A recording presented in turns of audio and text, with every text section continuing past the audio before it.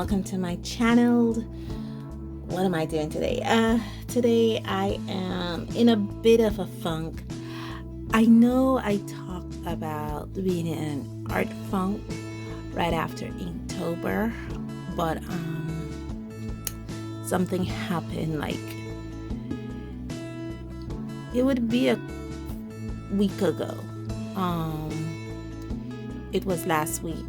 The country of Belize was devastated by a Category 1 hurricane, believe it or not. Hurricane Lisa. Yes, it was a Category 1, but it caused a lot of surge, and the winds were strong enough to damage a lot of homes, including mine. It did damage my home substantially. I had talked about it on my community post, so if you go there, I actually highlight the damage that Hurricane Lisa did to my home. And since then, the damage, and we were home when that happened, and it was frightening. Literally, it was one of the most frightening experiences I've ever had. And the hurricane wasn't a swift one. It lasted long. It was like 8 hours, and it was just listening to howling winds and just heavy rain bombarding our homes was just frightening. I mean, it was one of the most terrifying experiences I have ever seen in my 17 years of nursing. It was frightening. Yes, our home received damage. We are actually better off than most people. I've been trying to liaise with the Belize Red Cross so I could give you guys a link that if you want to donate to hurricane relief, you can. If before this is posted, I am able to link with them, I will put the link here, but if not, I will definitely be putting their website in the description below so you can help out families whose homes were, people lost roofs, they lost homes, literally their homes fell, lost all their possessions because they literally had to go to shelters with just bare minimum. And I mean, there are a lot of aids coming in, there's a lot of people helping, but the more the merrier. And also, so like I said, I had talked about that.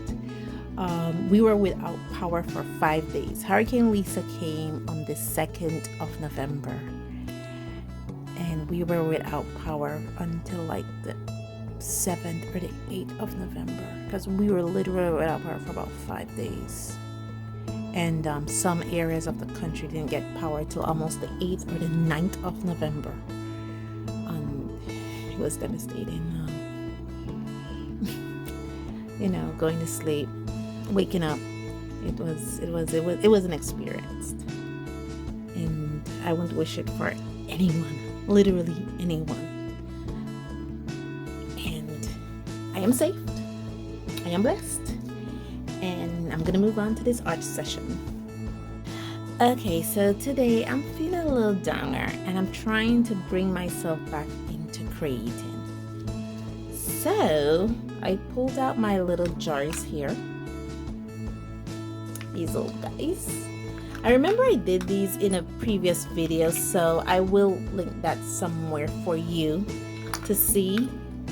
But I really want to get back into creating, and I think I had a lot of fun doing this the last time, so I want to see what I'm able to create this time with this. I have my sketchbooks next to me. I have 4 sketchbooks available to me: a hot press, a cold press watercolor, a cardstock, and a sketch drawing paper. So I'm able to handle a lot of mediums. The cardstocks could handle markers, the drawing paper could do crayons or colored pencils, if I remember what mediums are here. And I missed something. Let me come back to you. Okay, sorry about that. I I didn't lose it. I just misplaced it. I was like, wait a minute. There was a card that had mediums on it. And I remember there was a dice. So I have to take better care of this little die here because this is a very crucial part of the game. So let's move these out of the way. And we're going to put our card here. And we're going to roll our dice. This dice. And this is going, and I didn't look at the medium, but I remember one of them was watercolor. I remember one of them was probably markers. But I didn't remember. I actually did look at it just now to see which one is which. I didn't cheat, believe it or not. I was just so caught up in looking for this card. And you notice I'm shaking it up to see where it rolls. I don't remember what number 1 was, but it's number 6.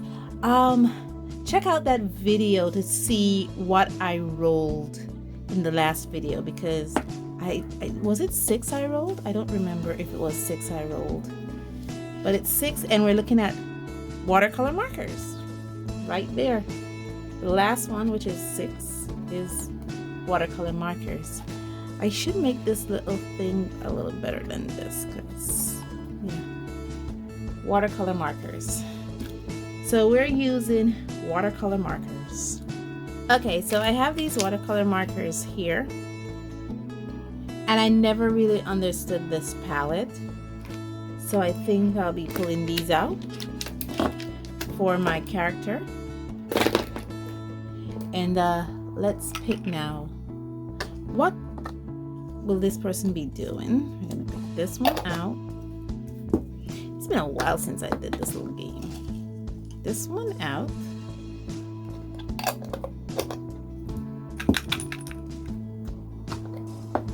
So this is the verb, this is the character, this is the place.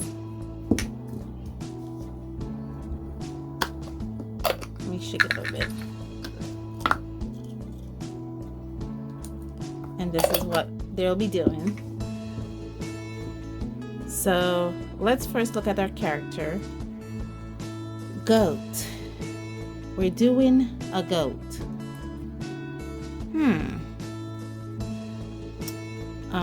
What will that goat be doing? That goat will be climbing. Interesting. Where will that goat climb? Please be mountains. That would be so neat. Because then I'll know exactly what kind of goat to buy. Hills. Oh my goodness. What kind of job will our climbing goat be? An explorer. I didn't even. And it'll be done in watercolor markers. So let me pull out my sketchbook. I'll be using Chasing Redbirds. This is a sketchbook. It's not. This was made from an old book. And in here I have cold pressed paper, 100% cotton, fluid 100. So I have my page all selected out, so I'll be using this. I have my markers all selected out. So let me write that down and get to the drawing. Okay, I have my reference. I know what I'm gonna do. And I think for the explorer goat, I just want to maybe draw his top part.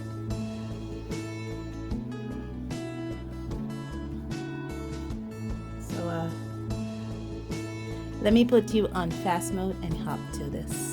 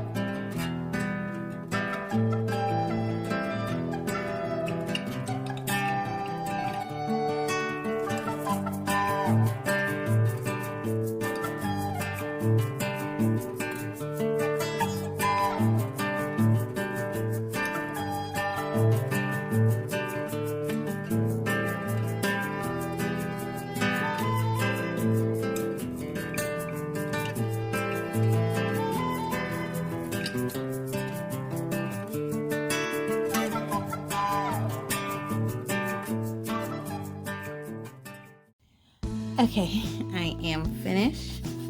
I started this in the evening and now it is night. But the good news is I have light. So I could I left it for like an hour and a half, you know, so that the ink can dry properly before erasing it, because this eraser is kind of harsh.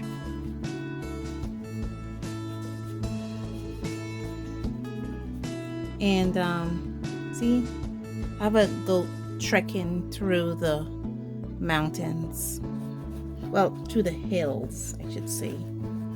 He's trekking through the hills. I have some shrubbery he's trekking through, and he's an explorer. Don't you see a little explorer in him? So let me eraser. Okay, see a couple of areas I might want to add some stuff in, so let's add one here. Okay, I am done. I actually been trying to get this angle for about half an hour now. It has been driving me nuts. So what I'm gonna do now is I'm going to be grabbing a nice brush. For a brush I don't have to fight with. So I'll be using this number 14 here from Milan. It is a brush that I have right here that I bought here in the country of Belize. I believe I could also get away using the number 8. Focus for me. Why won't you focus, man? There, yeah, the number 8. So I'll be using those, and like I said, I'll be using, this is my palette right here. It's kind of unusual, so let me now stop my blabbering and get to the coloring.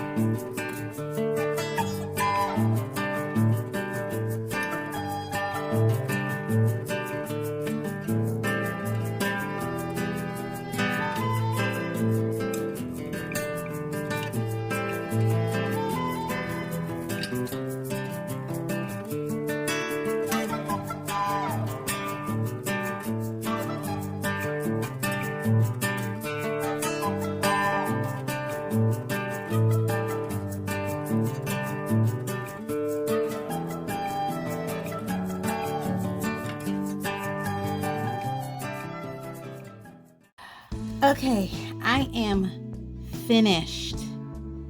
That was excruciating. That was about, call it 2 hours of work. These markers, I don't know.